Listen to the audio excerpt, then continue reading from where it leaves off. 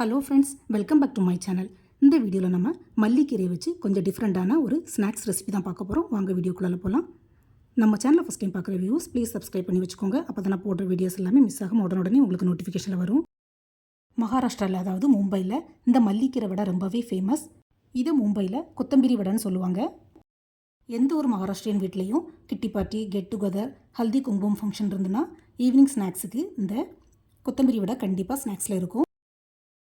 நான் இந்த வடை பண்ணுறதுக்கு கொஞ்சம் மல்லிக்கீரை எடுத்துருக்கிறேன். மல்லிக்கீரையில் உள்ள இந்த காம்பை எடுக்கக்கூடாது, வெறும் மேலே உள்ள கீரையை மட்டும் தான் எடுக்கணும். இந்த மாதிரி கொஞ்சம் நல்ல ஃப்ரெஷ்ஷான க்ரீனிஷ் கீரையை பார்த்து எடுத்துக்கோங்க ஃப்ரெண்ட்ஸ்.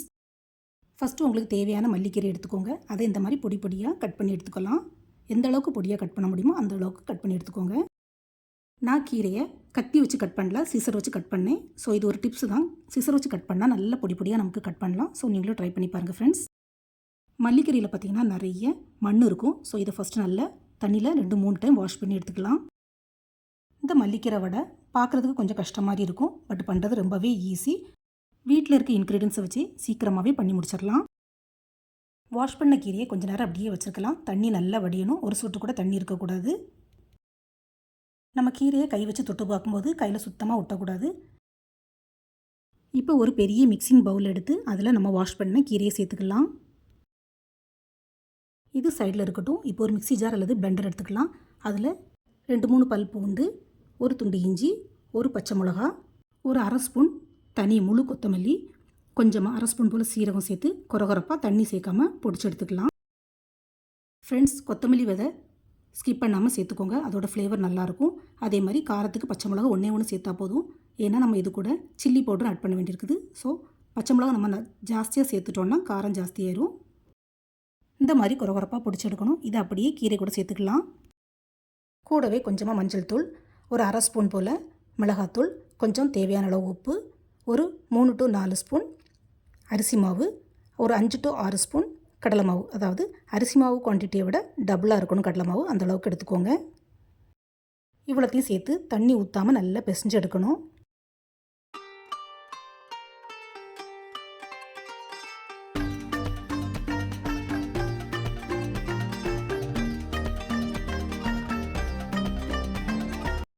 இந்த மாதிரி கீரையை நல்லா பிசைஞ்சு விட்டதுக்கப்புறமா கடைசியாக கொஞ்சமாக தண்ணி ஊற்றிடக்கூடாது. தண்ணியை தெளித்து லைட்டாக ஜஸ்ட்டு பைண்டிங் தான். ஸோ லைட்டாக தண்ணியை தெளித்து இந்த மாதிரி நல்லா மிக்ஸ் பண்ணி விட்டுக்கிடணும். அப்புறமா இது கூட ஒரு அரை ஸ்பூன் போல் வெள்ளை எள்ளு. ஆனால் இது ஆப்ஷனல் தான், பட் சேர்த்தா ஃப்ளேவரும் டேஸ்ட்டும் நல்லாயிருக்கும். கூடவே கடைசியாக கொஞ்சம் எண்ணெயும் சேர்த்து நல்லா மிக்ஸ் பண்ணி விட்டுக்கலாம். எண்ணெய் எதுக்கு சேர்க்குறோன்னா இந்த பேட்டர், அதாவது மாவு கையில் ஒட்டாது, அதுக்கு தான். இதை இப்போ நம்ம ஸ்டீம் பண்ணணும். ஸோ ஒரு பிளேட் அல்லது இந்த மாதிரி சாப்பிங் போர்டு எடுத்துக்கலாம். அதில் கொஞ்சமாக ஆயில் அப்ளை பண்ணிவிட்டு இந்த பேட்டர் அதில் வச்சு கொஞ்சம் லெவல் பண்ணி எடுத்துக்கலாம். பேட்டர் கொஞ்சம் ஜாஸ்தியாக இருக்கிறதுனால நம்ம இப்படி வேக வச்சா உள்ளே நல்லா வேகாது.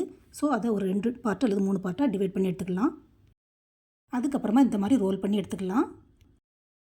இதை அப்படியே இப்போ ஸ்டீம் பண்ணணும். ஸோ ஒரு பெரிய பாத்திரத்தில் கொஞ்சம் தண்ணி வச்சு அதுக்கு மேலே ஒரு ஸ்டீமர் அல்லது இட்லி தட்டில் கூட நீங்கள் வேக வச்சு எடுத்துக்கலாம். பட் ஆவியில் தான் வேக வைக்கணும். இந்த பேட்டரை ஃபஸ்ட்லேயே வைக்க வேண்டாம். தண்ணி கொஞ்சம் கொதி வந்ததுக்கு அப்புறமா ஸ்டீம் பண்ண வச்சுக்கலாம். நான் மாவு அரிக்கிற அரிப்பு, அதாவது ஜல்லடை தான் யூஸ் பண்ணியிருக்கிறேன். இதுலேயும் சூப்பராக ஸ்டீம் ஆகும். வீட்டில் ஸ்டீமர் இல்லாதவங்க இப்படி கூட ட்ரை பண்ணலாம். இந்த பேட்டர் ஸ்டீம் ஆகிறதுக்கு 10 to 15 மினிட்ஸ்க்கு மேலே ஆகும். நம்ம வைக்கக்கூடிய குவான்டிட்டியை பொறுத்து டைம் வேரியேஷன் ஆகும். எனக்கு ஸ்டீம் ஆகிறதுக்கு அப்ராக்சிமேட்டாக ஒரு 20 மினிட்ஸ் ஆச்சுது. நம்ம கை வச்சு தொட்டு பார்க்கும்போது கையில் ஒட்டாமல் வரணும். இதுதான் ஸ்டேஜ். இப்போ கேஸ் ஆஃப் பண்ணிடலாம். அப்படி இல்லைன்னா நீங்கள் ஒரு டூத்பிக்கோ அல்லது கத்தி வச்சு கூட லைட்டாக குத்தி பார்க்கலாம், அதில் ஒட்டாமல் வரணும். இந்த பேட்டர் நல்லா வேகலைன்னா நமக்கு பீஸ் போடுறதுக்கு கரெக்டாக வராது. ஸோ அதை மட்டும் கொஞ்சம் கவனமாக பார்த்துக்கோங்க ஃப்ரெண்ட்ஸ். இதை இப்போ தனியாக எடுத்து ஆற வச்சுக்கலாம். பாருங்கள், தட்டில் கொஞ்சம் கூட ஒட்டவே இல்லை. அதே மாதிரி ஸ்டீமர்லேருந்து எடுக்கும்போது கொஞ்சம் பொறுமையாக தான் எடுக்கணும்.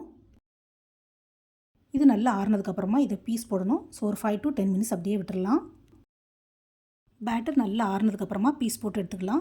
பீஸ் போடும்போதும் கொஞ்சம் கவனமாகவே ஸ்லோவாக தான் பண்ணணும், அப்படி இல்லைன்னா நமக்கு பிஞ்சு போயிடும். ஸோ பீசஸ் ரவுண்டாக கிடைக்காது. இப்போ எல்லாத்தையும் தின் ஸ்லைஸாக பீஸ் போட்டு எடுத்துக்கலாம். ரொம்பவும் தின்னாக இருக்கக்கூடாது, ரொம்பவும் திக்காக இருக்கக்கூடாது. பீசஸ் பார்த்திங்கன்னா இந்த மாதிரி நமக்கு உடஞ்சி போகாமல் ரவுண்டாக வரணும். பீஸ் போட்டு தான் நம்ம இப்போ வடையாக பொரிச்செடுக்கணும். ஸோ கேஸ் ஸ்டவ்வில் ஒரு கடாய் வச்சு அதில் கொஞ்சமாக எண்ணெய் ஊற்றிக்கலாம். எண்ணெய் சூடானதுக்கப்புறமா இதை ஒவ்வொரு பீஸாக போட்டு ஆயிலில் ஃப்ரை பண்ணி எடுத்துக்கலாம். டீப் ஃப்ரை தான் பண்ணணும், ஷாலோ ஃப்ரை பண்ணக்கூடாது. நான் வடை கொஞ்சம் சின்ன சின்னதாக இருக்கிறதுனால ஒரே பேட்சில் நிறைய போட்டு எடுக்கிறேன். வடையை போட்ட உடனே கரண்டி போட்டு கிளறிடக்கூடாது, ஒடிஞ்சு போயிடும். வடை ஒரு சைடில் வெந்து லைட்டாக கோல்டன் ப்ரௌன் ஆனதும் ஃப்ளிப் பண்ணி விட்டுக்கலாம். 2 சைடில் இந்த மாதிரி வெந்து கோல்டன் ப்ரௌன் ஆனதுக்கப்புறமா எண்ணெயிலேருந்து எடுத்து தனியாக வச்சிடலாம். மல்லிக்கீரைனால எண்ணெயில் ஃப்ரை ஆகும்போது நல்ல ஒரு ஸ்மெல் வரும். இதே மாதிரி அடுத்த பேட்சையும் போட்டு எடுத்துக்கலாம். பாருங்கள், நான் ஒரு கைப்பிடி அளவுக்கு தான் மல்லிக்கீரை போட்டேன். ஒரு 15 to 20 வடை எனக்கு கிடச்சிருக்குது. அவ்வளோதான். சுட சுட ஈவினிங் டீ அல்லது காஃபி கூட இந்த கொத்தமல்லி வடை சாப்பிட்றதுக்கு அவ்வளோ டேஸ்ட்டாக இருக்கும். இந்த மகாராஷ்டிரா ஸ்பெஷல் கொத்தமல்லி வடையை தேங்காய் சட்னி, டொமேட்டோ சாஸ், மயோனிஸ் எது கூடயும் ட்ரை பண்ணலாம். மராட்டிக்காரங்க பார்த்திங்கன்னா இந்த வடையை இப்படியும் சாப்பிடுவாங்க. அதுக்கப்புறம் ஒரு கிரேவி பண்ணி அதுலேயும் இந்த வடையை போட்டு சைட் டிஷ்ஷாகவும் சாப்பிடுவாங்க. அதுவும் செம்ம டேஸ்ட்டாக இருக்கும். நான் கூடிய சீக்கிரம் அந்த வீடியோ அப்லோட் பண்ணுறேன். என்னோடய சேனலில் போய் பார்த்துக்கோங்க ஃப்ரெண்ட்ஸ். நான் இதே மாதிரி வேறையும் நிறைய குஜராத்தி, பெங்காலி, அப்புறம் மகாராஷ்டிரா டிஷ்ஷஸ் அண்ட் ஸ்நாக்ஸ் செஞ்சு அப்லோட் பண்ணியிருக்கிறேன். என்னோடய சேனலில் போய் செக் பண்ணிக்கோங்க. அதே மாதிரி ரீசெண்டாக நாங்கள் மலேசியா ட்ரிப் போயிருந்தோம், அந்த வ்ளாகையும் அப்லோட் பண்ணியிருக்கிறேன். செக் பண்ணாத வியூஸ் சேனலை சப்ஸ்கிரைப் பண்ணி பார்த்துக்கோங்க, ரொம்பவே நல்லாயிருக்கும். ஃப்ரெண்ட்ஸ், எல்லாருமே மல்லிக்கீரையை வச்சு சட்னி பண்ணியிருப்பீங்க, குருமாக்கு போட்டு சாப்பிட்ருப்பீங்க. ஆனால் யாருமே இந்த மாதிரி வடை பண்ணியிருக்க மாட்டேங்க. கண்டிப்பாக நீங்கள் இந்த வீடியோ பார்த்ததோடு விடாமல் உங்கள் வீட்லேயும் ட்ரை பண்ணி பாருங்கள். உங்களுக்கு எப்படி வந்தது, பிடிச்சிருந்தா உங்களுடைய ஃபீட்பேக்கை மறக்காமல் ஷேர் பண்ணுங்கள். இந்த வீடியோ பிடிச்சிருந்தா நம்ம சேனலை லைக், ஷேர் அண்ட் சப்ஸ்கிரைப் பண்ணுங்கள். தேங்க்ஸ் ஃபார் வாட்சிங். See you soon in the next video. Bye.